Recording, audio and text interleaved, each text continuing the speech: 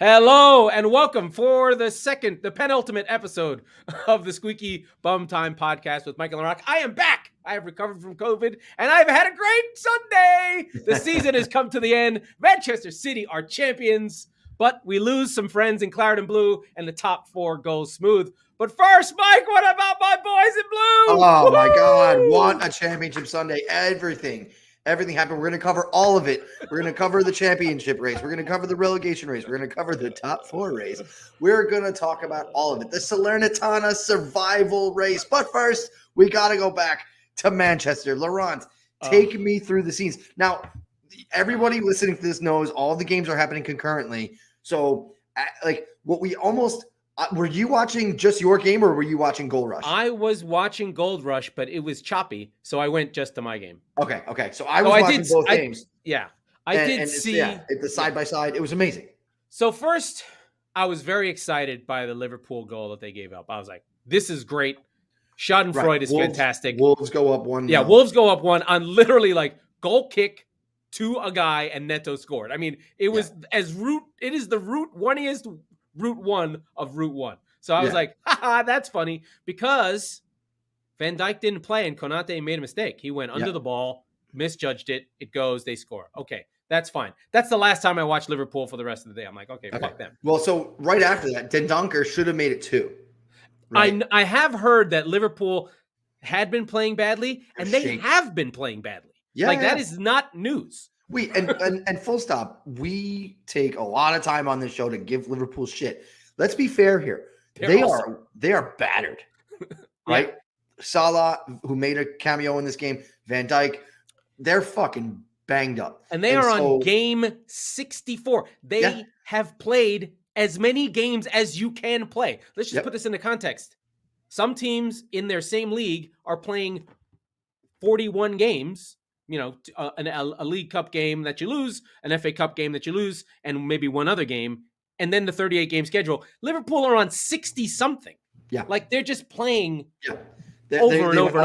All the way in the FA Cup, won that. They went all the way in the League Cup, won that. They're all the way in the Champions League. They're in the final, and now all the way to game 38. Extra time in both those games, so that's true an extra hour, plus penalties, which are like, stress times 10. It's like those extra, like, there's 100 pitch games where you throw and your arm's fine. You're like, oh, I'm cruising. I got the shutout going. We're up 5-0. I'm just gonna. But these are like 9th inning, out of the bullpen, tired because you pitched the day before innings. Where you're like, my arms are.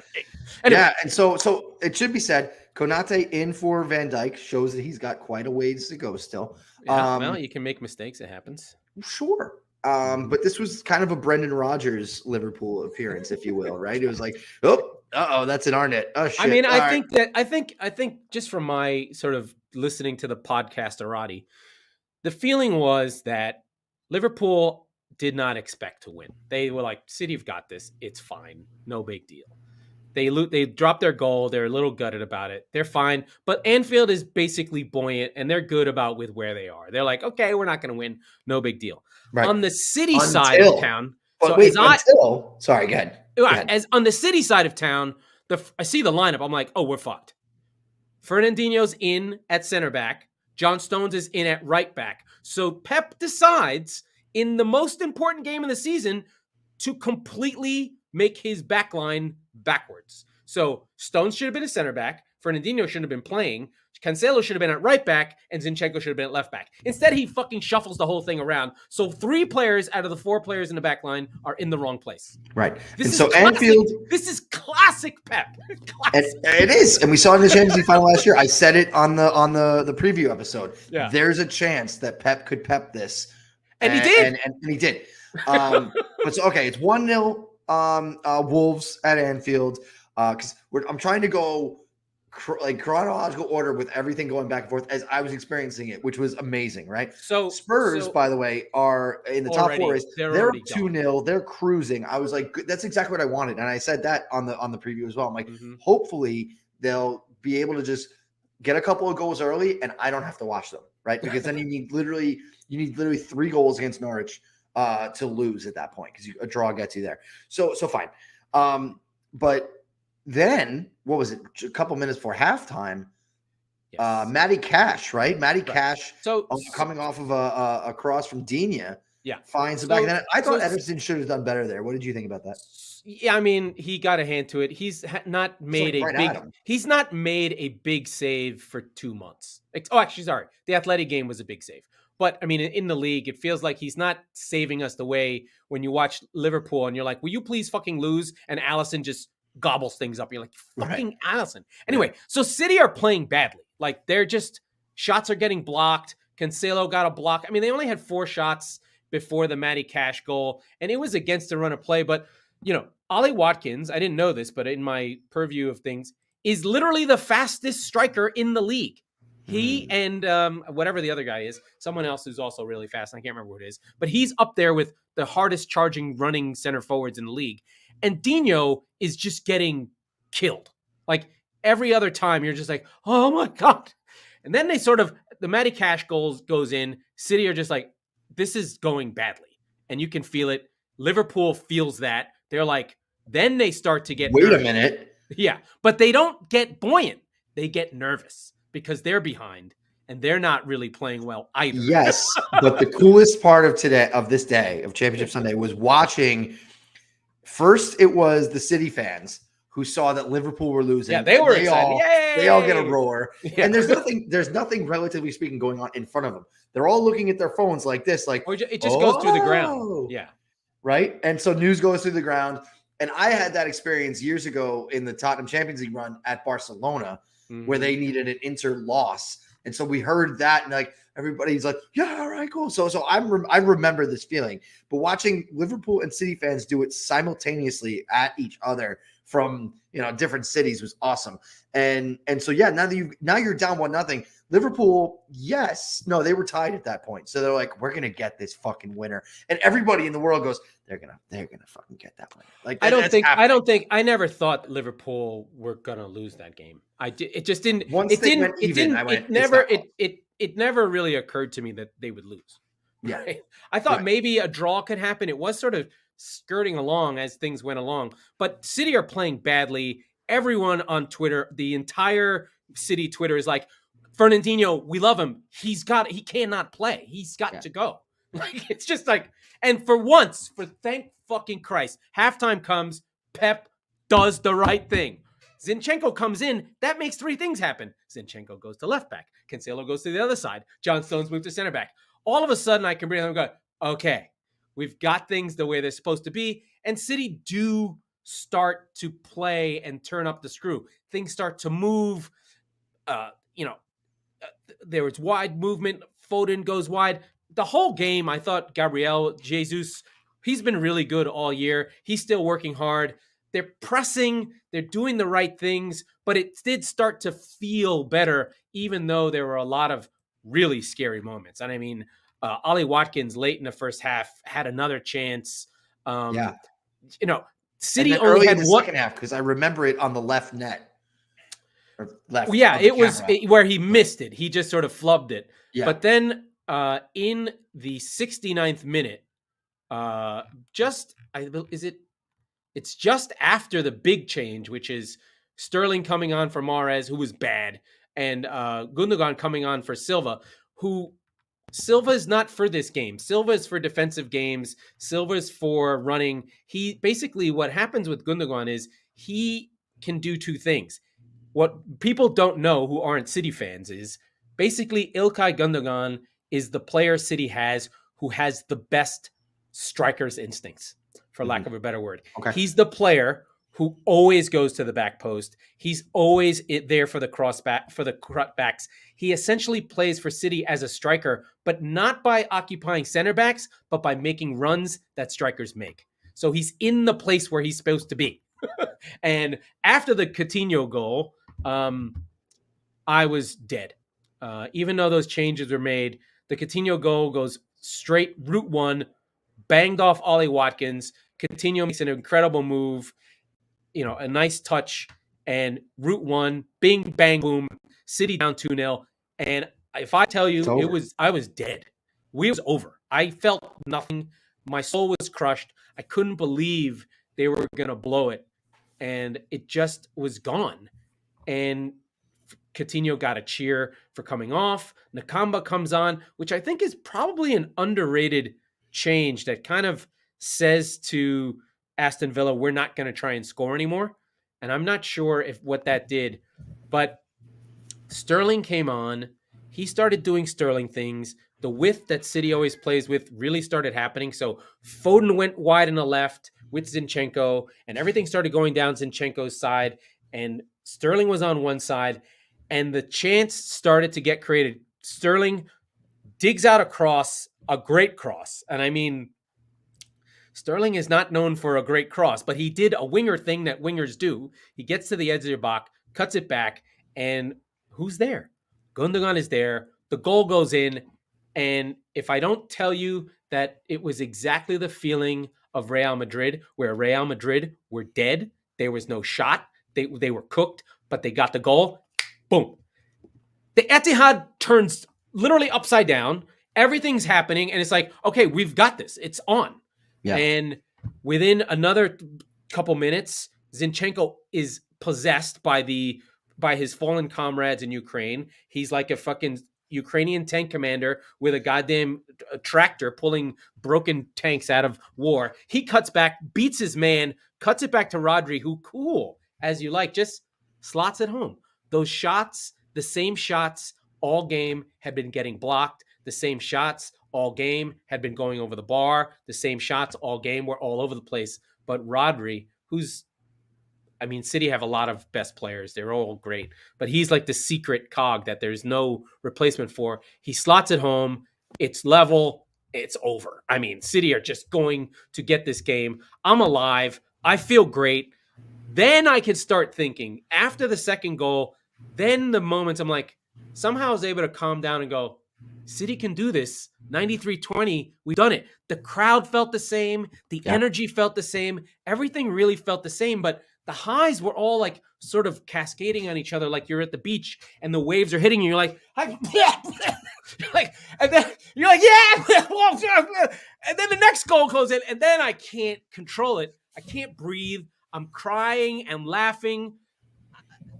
Ever just get overwhelmed. It was Mora. It was the same, not the same situation, but the same feeling as the Aguero goal. The same everything, because if you think about Dzeko getting the goal, you're kind of widening in this wave of like, and then he scores again, and you get lifted off the ground, and I never thought that feeling could happen again, and it happened again. That feeling, that City thing happened again. And I'm making an editorial thing, and I read this in the Guardian. The guy really put it well. The moments are the things you cannot buy. City can buy the wins on the day-to-day. The money makes a difference. The players make a difference. Yeah. But nothing can buy that. No. That moment can't be bought. No. And so you pay for the lottery dice of those. Oh, of course. Right? And you pay for that chance to have something fucking incredible happen. And I got the shot of the heroin that I'll never get again, and it'll disappear. And I have to keep watching a stupid fucking game to have it happen again. Yeah, but so listen, this is the name of the show. This is why we named the show Squeaky Bum Time. Yeah. Okay. Our Twitter header we made 2 years ago. It's half Lucas Moura. Yeah, now it's going to have to be Gundogan. We're going to have to put famous moment in Tottenham history, and Sergio Aguero, right? Yeah. It is. You're absolutely right. And it's 10 years. It's so poetic. It's incredible. But so it's. We talk about it. You know, the emotions that go into football that you don't really get anywhere else. They do not exist. They don't. I don't know how or why or what. I have watched Yankee baseball my whole life. I've seen every moment from fucking 1977 on. Like, I have memories of those things. There's nothing close to this. Zero. Yeah. Nothing. But Zero. That's so it's funny. Dave and Chris, the guys who run Chop Sports, I had to really like kind of massage in what Squeaky Bum Time meant when we were talking to them originally. Like, Dave, I'm looking at the camera. Dave, this is what we mean. Okay. Yeah. I can send them the 5 minutes. It's just incredible. You don't have to be a football fan or anything. You get swept up. You watch that 5 minutes and you go, wait a minute. that just won that won them the league, like the trophy. Yeah. Yes, it did. And so in the same magnitude of the moment is just in the same time frame, City go up 3-2. Mo Salah comes off the bench, that son of a bitch, and he ties Heung-Min Son again for the fucking golden on boot. A real scrappy, shitty goal. On a shit goal. I love that he's all excited and cheering, and the fans are like, "It's 3-2." yeah, right. But, there's another great moment. By the way, the fucking Wolves fans, City fans will love Wolves fans forever. They somehow convinced Anfield that the game got tied, and the Anfield for a moment thought that they had won the league. I didn't know that. Yes, they got him. Because in the commentary, they're like, "Yeah, someone has spread a rumor that this game is tied. It's not tied." And Anfield's going nuts. So for about 35 seconds, they thought they won the league. Oh my God. That's diabolical. And then this Wolves fan started singing, "You thought you won the league. You thought you won the league." So it must have come from the away end. Oh my God! I mean, from the away end. And again, for the uninitiated, you never see that in American sports. No. You never see the other team's fans tricking the home team's fans into thinking they won something. Okay. Incredible. Remarkable. Incredible. Wow. I mean, so for City fans, even though that 5 minutes, it's only, it's the 76th minute to the 81st minute. It's just like boom, boom, boom, boom, boom. I lose my mind. I cry. I don't even know what happened. But the last 15 minutes, I did feel the fear. Like this cannot end soon enough. And one of the things that I thought City did that was different from Real Madrid, they somehow learned in that moment. And I'm thinking, in my head, I hope they carry this moment on. They fucking put that ball in a corner, and they did not leave it that corner. Gabriel Jesus and Foden were like, not today. Yeah. Well, because Ederson was hurt, right? So I was like, I was like, what are you doing? Why are you doing this? Right. I was like, I didn't know they would add so much more extra time. They barely gave it like 30 seconds. Yeah. I think it's because they knew that Aston Villa were done. Well, yeah. But I was just waiting for that shoe to drop that one last time. It was awesome. I mean, look, and that's just one of the 3 storylines we had going into the day, right? And we didn't even do it nearly enough justice. No. I mean, it's just, it can't really be. It's really hard to get a hold of it. And I thought the scenes at the end were incredible. This is what football can do. Like the Zinchenko with the Ukrainian flag, taking it off, putting it on the trophy, breaking down, had Lisa in tears. We're both crying. We're like, that was incredible. His interview was incredible. Pep crying was incredible. The moments, the emotions of just like all the shit they've gone through. They played it cool to lose to Real Madrid. That's got to crush you. And I will, to this day, believe that the effort and shit that was put into the Atletico match killed them.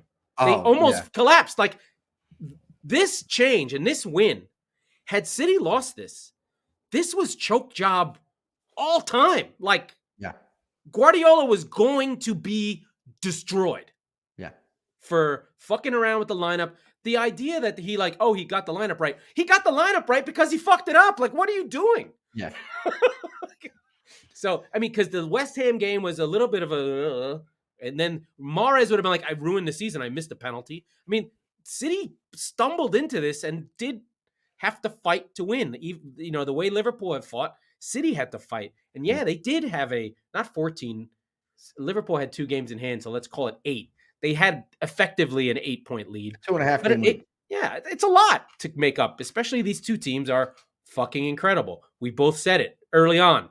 90 points, 93 points. What did they hit? 92 and 93. Yeah.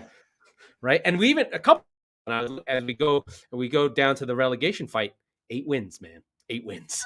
8 wins.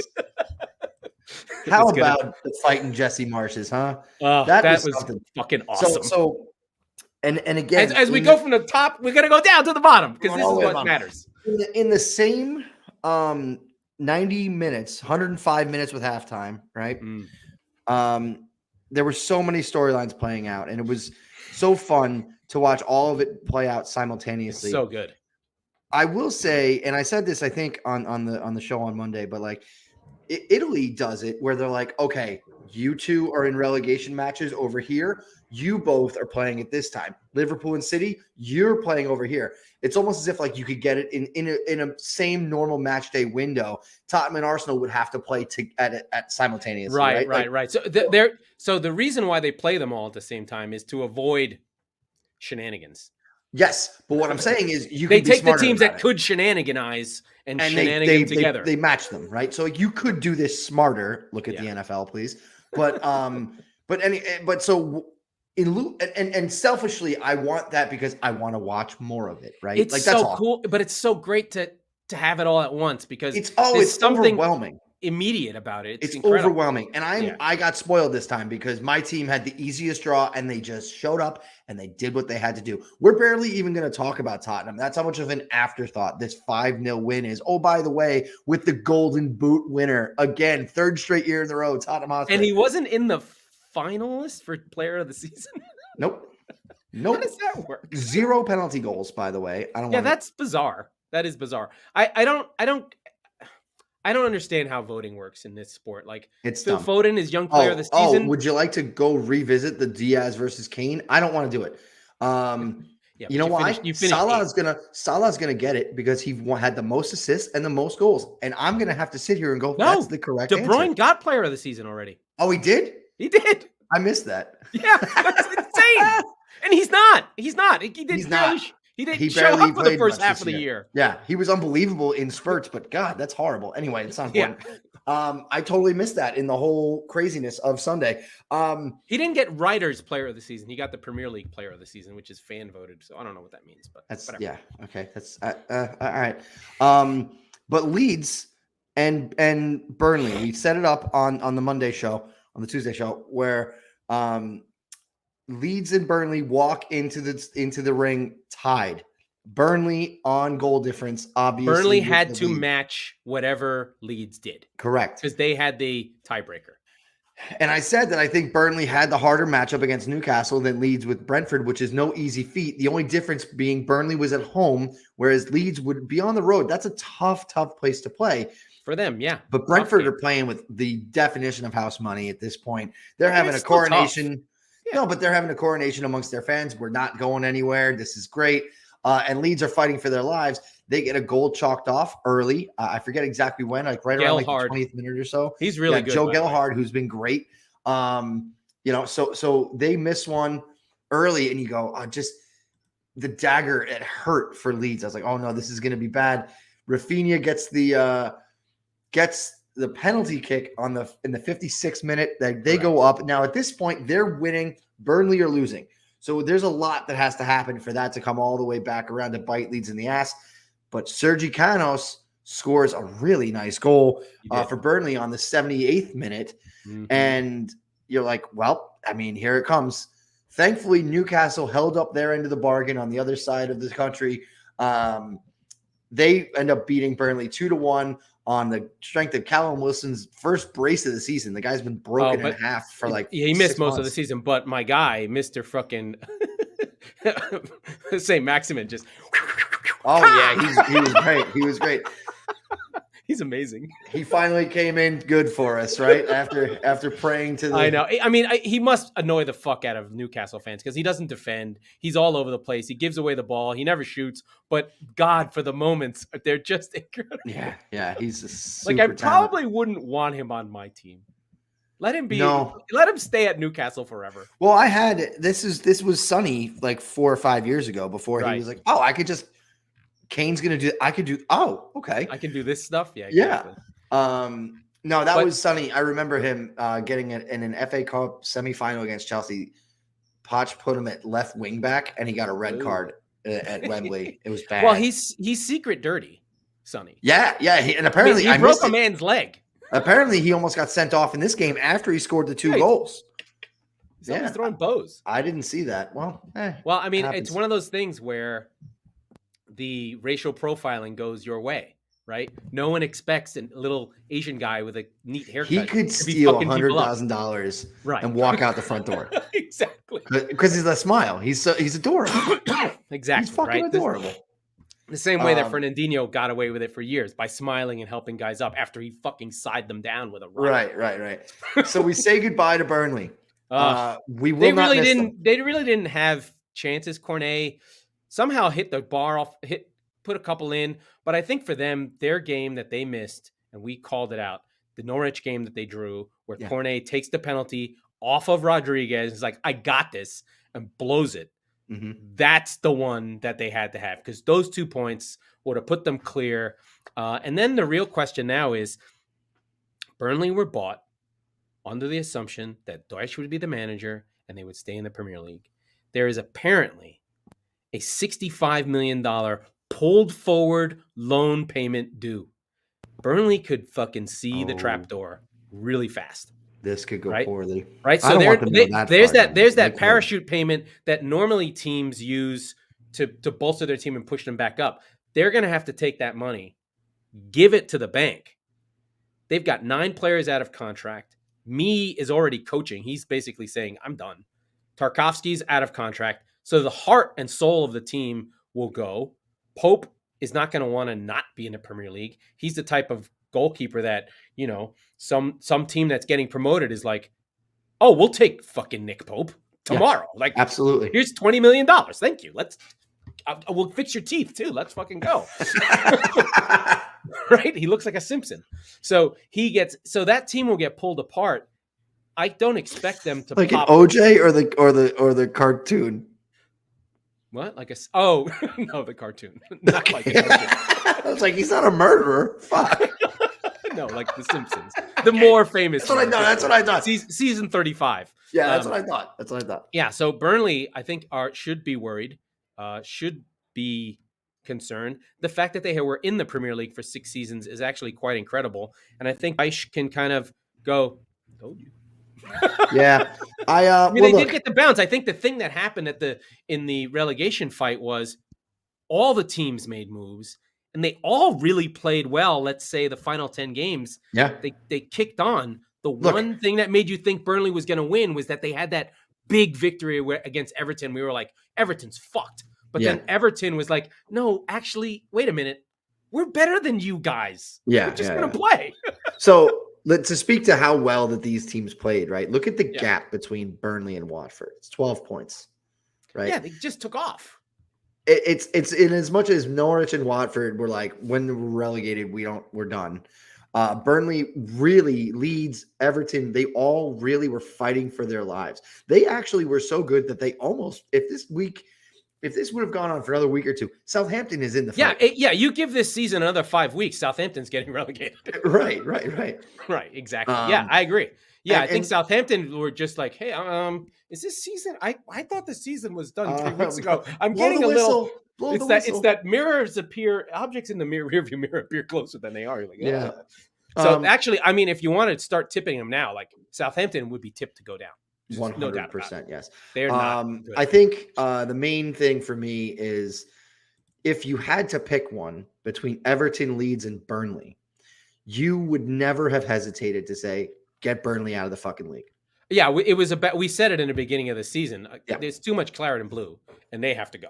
Yeah. I was done with them. Wait, we have to revisit our 2021 EPL table predictions. Yours are my huge mistake. There's 2 things that we share. We both really overrate Leicester, and I overrated Manchester United getting Ronaldo and Varane.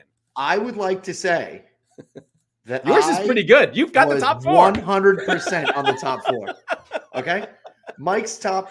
Let's go top 10, and then we'll do European places, and then we'll do the relegation.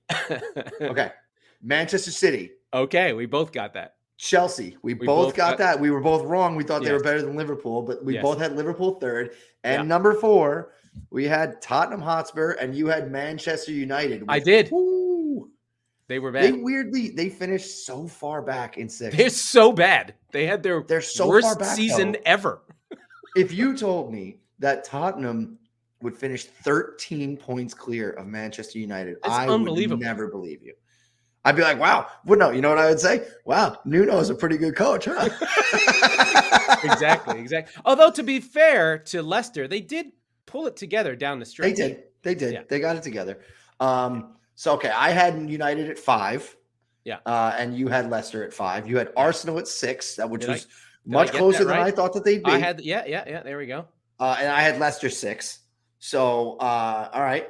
And let's see. You got Villa, weird I had here. at 7. I loved Villa. No. I loved Villa. So going into our fantasy draft, which by the way, I won the title. I haven't looked at that team. It's okay. I wanted Emi Buendia more than I wanted anything for a long time, and I didn't get him. And I fucking threw a bitch fit about it, and he stunk.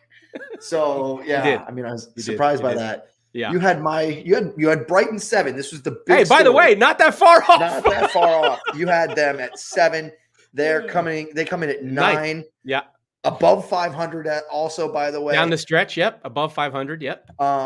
Yeah, I think that's a great shout. I think Tottenham at 4, Brighton at 7 are the highlights so far. Yeah. I had Leeds at 9th. Ooh. Yeah, that didn't go well. Everton. You were assuming 10. Bamford. Yeah, I was assuming Bamford. Mm-hmm. I'd like to shout. I think we both. No, you didn't. You didn't take the Kool-Aid as much as I did. Brentford, I had at 11. They were 13th. They're 1 point off of one game off of 11th. If Newcastle doesn't get bought mid-season, they're going 11. Yeah, well, that's where you could see in my yeah. I feel like I got most things right down here in the bottom half. I didn't like Everton. I had them ranked 11th. West Ham at 10, I thought was a good shout. They ended up finishing 8th. And then Leeds at 13. Wolves. I think we both underrated Wolves. Wolves ended up doing really well, but I think the Sa thing, he was propping them up, really slipped them down. And then in a relegation zone, nailed Southampton. Yeah, we both had Norwich. We both had Burnley, but and I just had Newcastle, and I didn't know that Newcastle because I just hated Steve Bruce. No, you can't. You have to discount a little bit, right? Like I had Newcastle just above at 16 because I thought that they'd find a way to Burnley their way up. I didn't think that they would get bought by a fucking nation state and find a way up to the top half of the table. But the big thing I think we were probably both pretty wrong about. Yeah. And I think as the season went along and they started to fizzle was Crystal Palace, right? You had them at 17. I had them going down in 19th. Yeah. And if you remember, the way you were characterizing Burnley is where Crystal Palace was almost 365 days ago, right?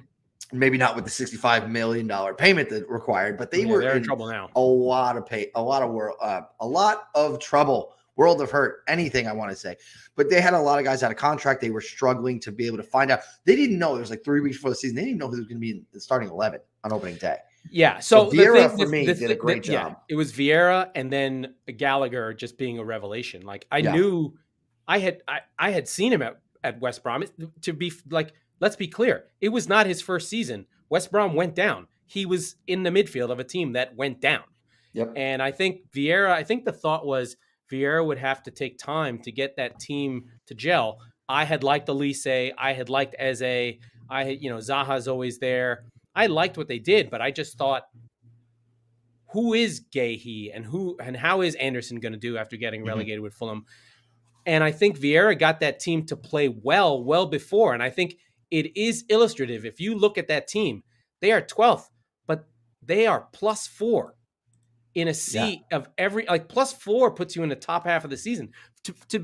For point of reference, Man United is at 0 and finished 6th. So I mean, Palace had 15 draws. They were in so many games. They beat City, so they had a great season. I mean, there's a lot of hope in this table. I think the Premier League is really set up to be really good, and for teams like City and Liverpool to actually dominate, which is the weird thing. Like, if everyone's going to come to play, City are going to be like, we're playing? Let's play. So, I mean, in terms of who's coming up, we do know 2. We know Bournemouth and Fulham are coming up. And then next weekend is the biggest game of the year. It is Huddersfield versus... It's not the Champions League final. It's bigger than the Champions League final. In terms of money, not in terms of quality. It is Huddersfield and Nottingham Forest. I think it's on the 29th. Oh, that's 2? Oh, yeah, no, okay, that is. I'm going to check right now. Is that Sunday? It is the 29th, yes. On the 29th. Forest good. The Champions League finals on Saturday. We'll be able to watch both of them. But yeah, I mean, It's going to be a really fun league. We talked about all over the course of the season, and if you've listened to us say this multiple times, we love you and thank you for being with us the whole time, because we've had a lot of fun doing it, but we've been doing it because we know that people like you are out there. So it's been really cool to see that. I mean, it's been an amazing season. It has.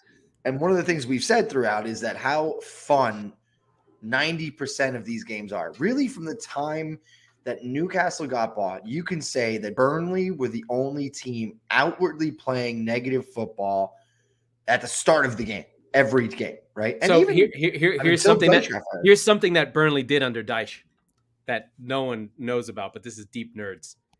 They played a 4-4-2 with the original players' numbers in their positions.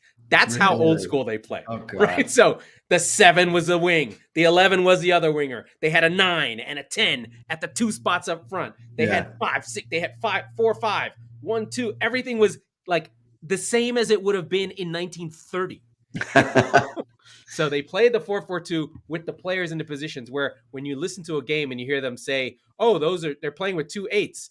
That's the 8 from from the original system. Or he's a number 7. He's a winger. Those are numbers that are from the original 4-4-2, which I believe 4-4-2 comes to prominence in the 40s and 50s. I think so, but I'm not sure.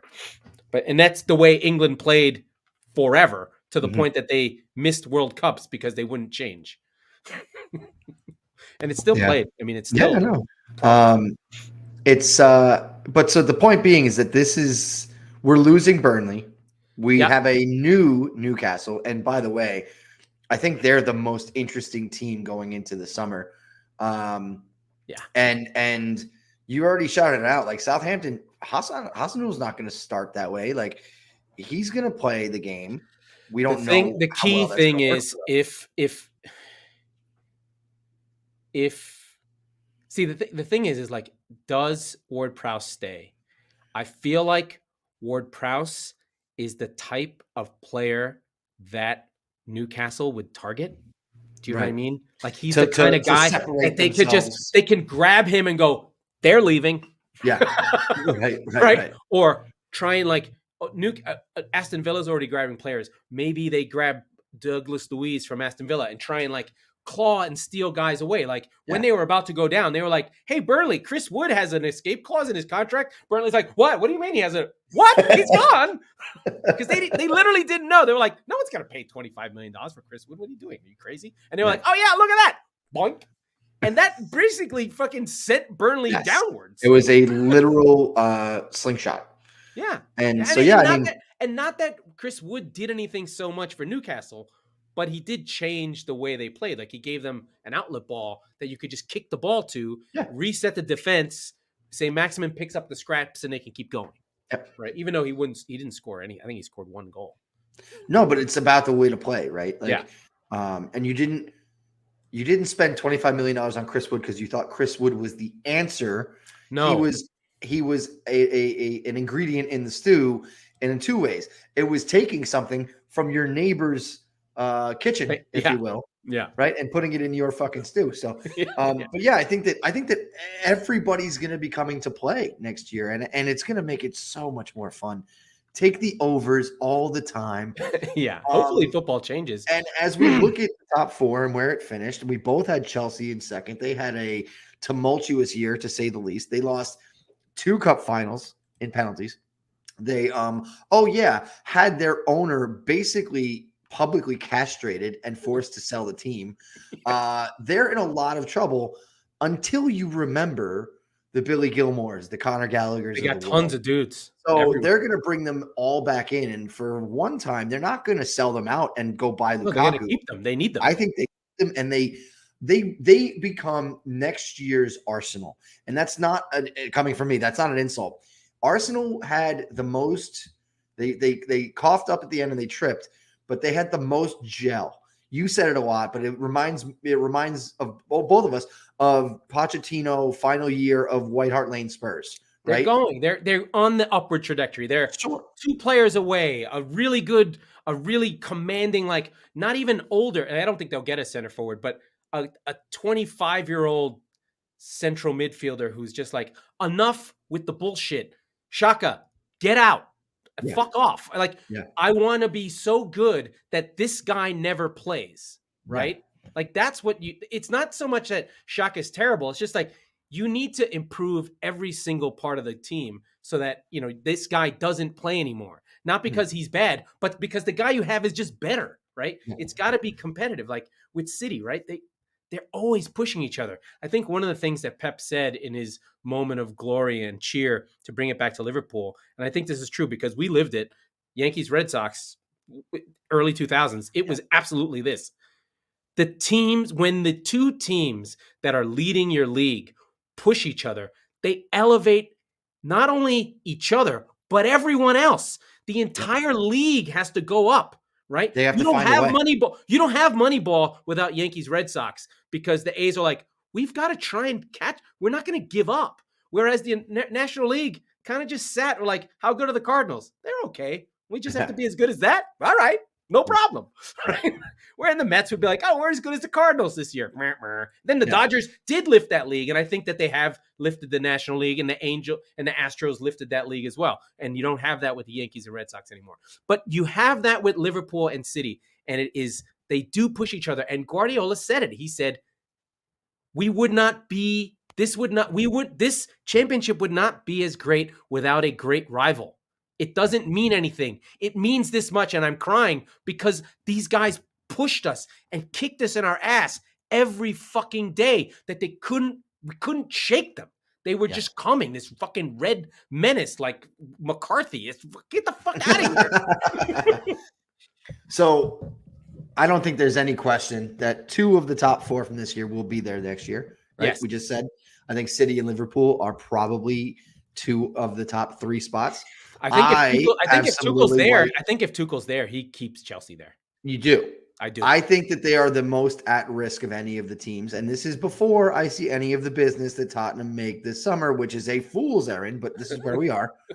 But I am feeling quite optimistic about my Lily White loves. If you keep Conte, you're there. He's staying. That's what Sunday meant. He's staying. Sure? Yes. Okay. He's in. And Levy is going, he said foolishly, is going to open up the checkbook to an extent, right? Nobody's going to ask him to spend $100 million on Romelu Lukaku. Nobody's going to ask him to do ridiculous amounts of things. But the thing is that I think Italy is extremely under-scouted. And I think that we have the best scout for Italy in Paratici. Look at Kulusevski. Look at Bentancur. Listen, Sonny, yes. Kane, yes. Loris, yes. Romero, Bentancur, and Kulusevski changed everything once Conte basically bedded in, right? He came in early November. Right before the holiday period, Romero came back and things changed at Spurs. They were the 3rd best team over the course of the year from when Conte took over. I think, and look, by the way, they took 6 points off of City and they drew Liverpool twice. They, with Conte, can swing their big dick with anybody else in the league. Yeah, they need a lock picker. Right? I think he's going to come for free, and I think everybody's going to see that he looks relatively similar to the old lock picker because he's the same person. Christian Eriksen's coming back. Yeah, you need a lock picker so that when someone sits deep, you can open him up because that's really Spurs' problem right now, right? They can they can get shut down. This goes back to there will be significantly less amounts of sit back and wait teams. Yeah, but they'll be tough, so they'll come punch you. I do want to give one short shrift to our XG thing that we talked about most of the season. By the way, the top 5 were exactly in line with XG. Wow. Right? The one outlier shows up in 6th, Crystal Palace so we can now say if you go in as a pundit and say Crystal Palace for top half finish, that's a problem. I was going to say that's going to be your pick next year. A crazy Jimmy bet Conrad's right there, going to retweet you, right? Which is how I picked Brighton to finish where they were. That's exactly United were 6th, right? Then in 7th were Brighton. Then you get into negative West Ham. Then it gets a little bit more volatile, where weirdly Leicester City were finished much better than their XG. But we know that they fucked up. They had some really bad games, and I think their XG was worse off because they got to get a new goalkeeper. Oh my god, Yeah. badly. Yeah. That would be what I would say to Leicester. I'm like, fix those fucking set pieces and get a goddamn goalkeeper. But the bottom three even almost played out with Wolves. This is the biggest change. Wow. Wolves are in the bottom three by XG. That's all Jose saw. You could see Wolves really falling out of this league.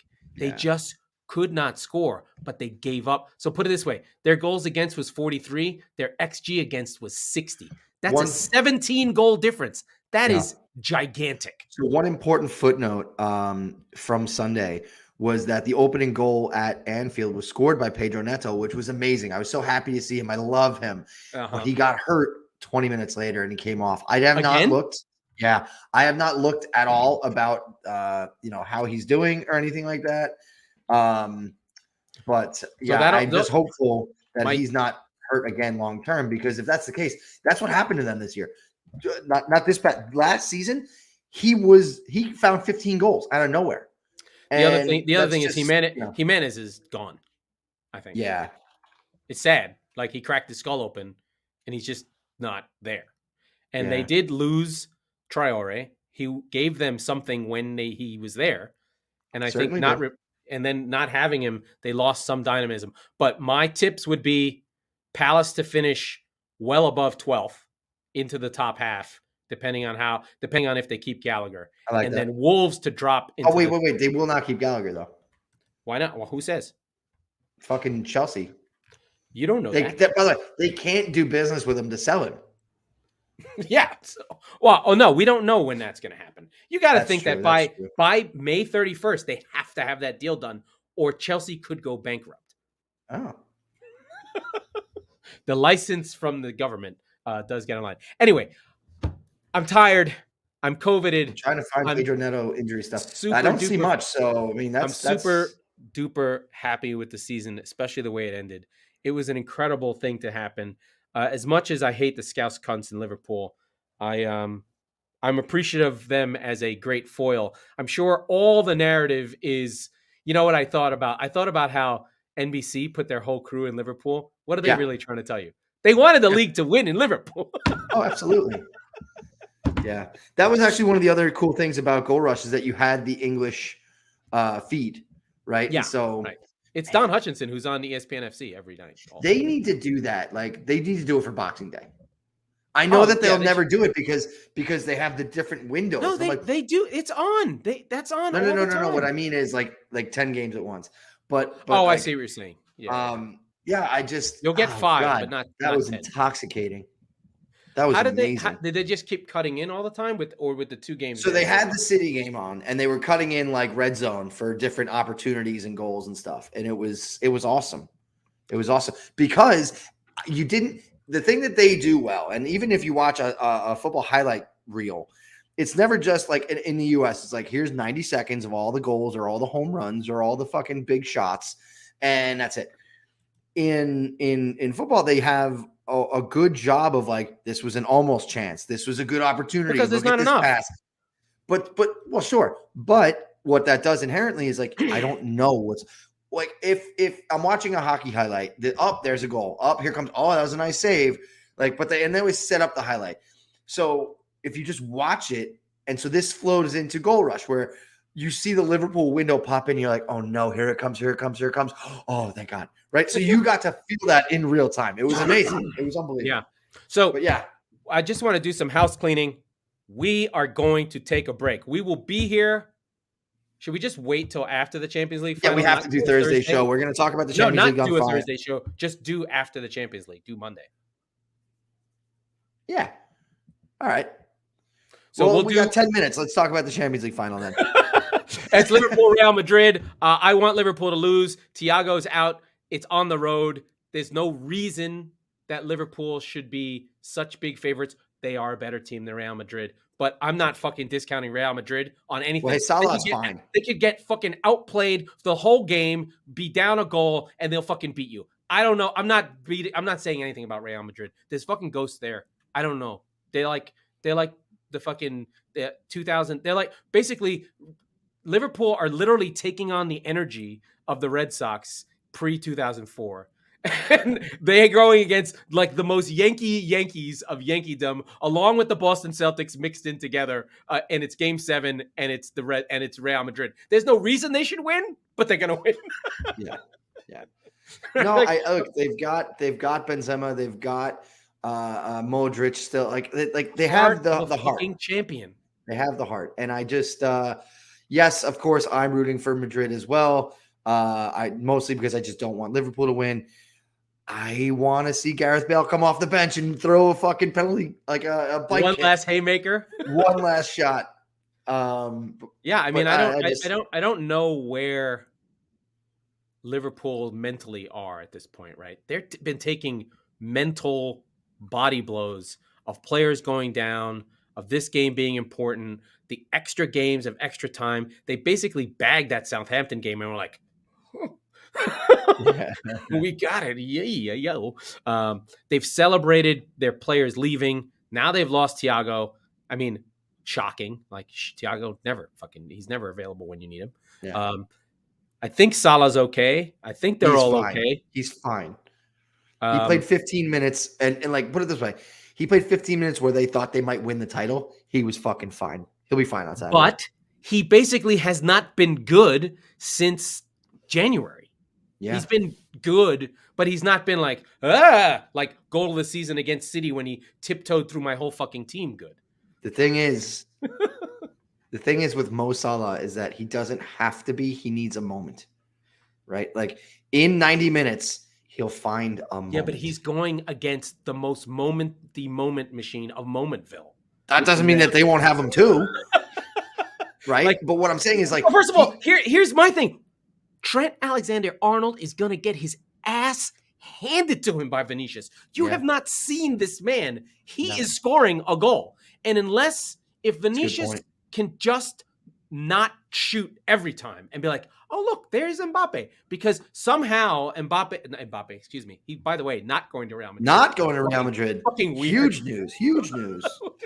That's another story. The old rope and dope. Keep getting them checks, Killian. I think his mom was like, you go to Spain with those whores. You stay home with your mama. I don't know where that came from. It's not French. I don't know who it is.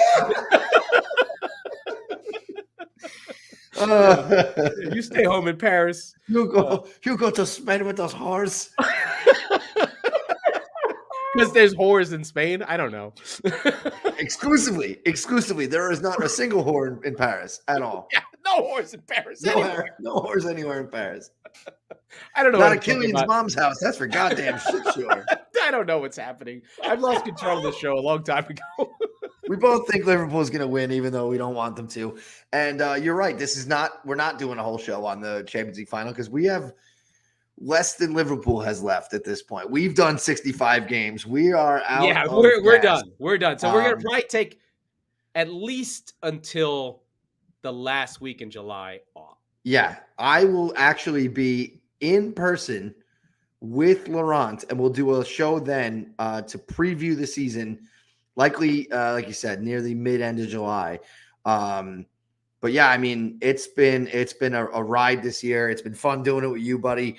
Yeah, I love you, man. It's and we shouted them out before. Dave and Chris from Chop Sports, those dudes fucking rock. They let us just do all our stupid shit and do whatever we want. They fund the show and our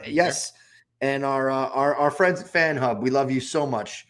Russ, and shout out to Russ, Stockport County. You went up, baby. Hey, attaboy, Russ. There he is. Stockport. Hey, I know about Stockport. That's where Phil Phillips from. And when we do come back, we want a Stockport County preview from Russ. So we're going to have him on the show. He's very grumpy. I talked to him twice. Dude, it's okay. He's very English. He's sad. The sky is close to the ground. It's always raining. We're going to get a very English perspective. I'm excited about it. Another shout, our friend Ollie Carpenter, who's a Chelsea guy. Follow him at Goalytics.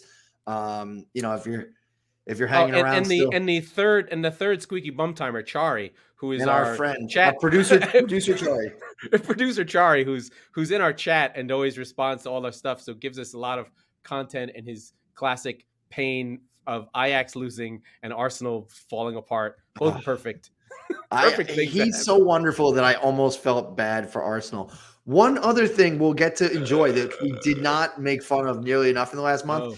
There is an all or nothing for Arsenal Football Club, and I can't wait. I'm going to make popcorn. It's going to be amazing. They're Oh, going to my have God. the Obama. It's all going to be Obama. It's going to be a mess until they're, this meteoric rise, this young team, and they're so lovable. And 3-0 to Tottenham Hotspur. That's okay. They'll still be fine. And then they fuck it up again, and they drop that to Newcastle. fifth. Which, by the way, you had them at 6, and I laughed at you. If you would have told them before the season, they're going to be 5th.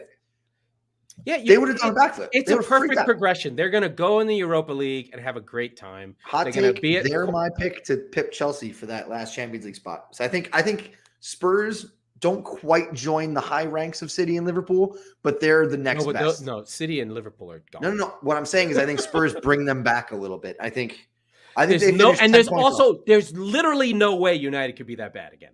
None. Zero. Not that bad, but not 13 points better.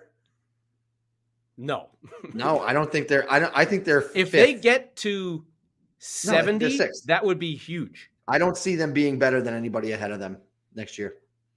This league is fucking tough. It's good. It's really good. And then my guys in blue. Yeah. The fucking Seagulls. Come on, Brendan. They're a team that I worry about. They might get picked apart. Cucurella's already replacements. No, he's not. You thought he was going to you guys. We said it. That doesn't mean he's going. They say it about everybody. Yeah, that's true. That's true. You should want Cucurella. He's perfect Spurs. Yeah, I know. You know what? Maybe we'll do one summer show as like a transfer. Yeah, just to say roundup or whatever. Yeah. If you have any we'll miss you guys. I'm going. I'm getting tired. Get out of my sight. Thank you all for listening. We love you. Hit it, Laurent. Let's get out of here. That was the Squeaky Bum Time Podcast with Mike Salerno and Laurent Cortines. We are the football wing of El Chop Sports Network. We record on Tuesdays and Fridays, so be sure to subscribe wherever you get your podcast so you never miss an episode. And if you're listening on Apple, please rate and review the show. And thank you, Fan Hub, and thank you, everyone. And the German references have fallen off in the second half, but we will find out more later on.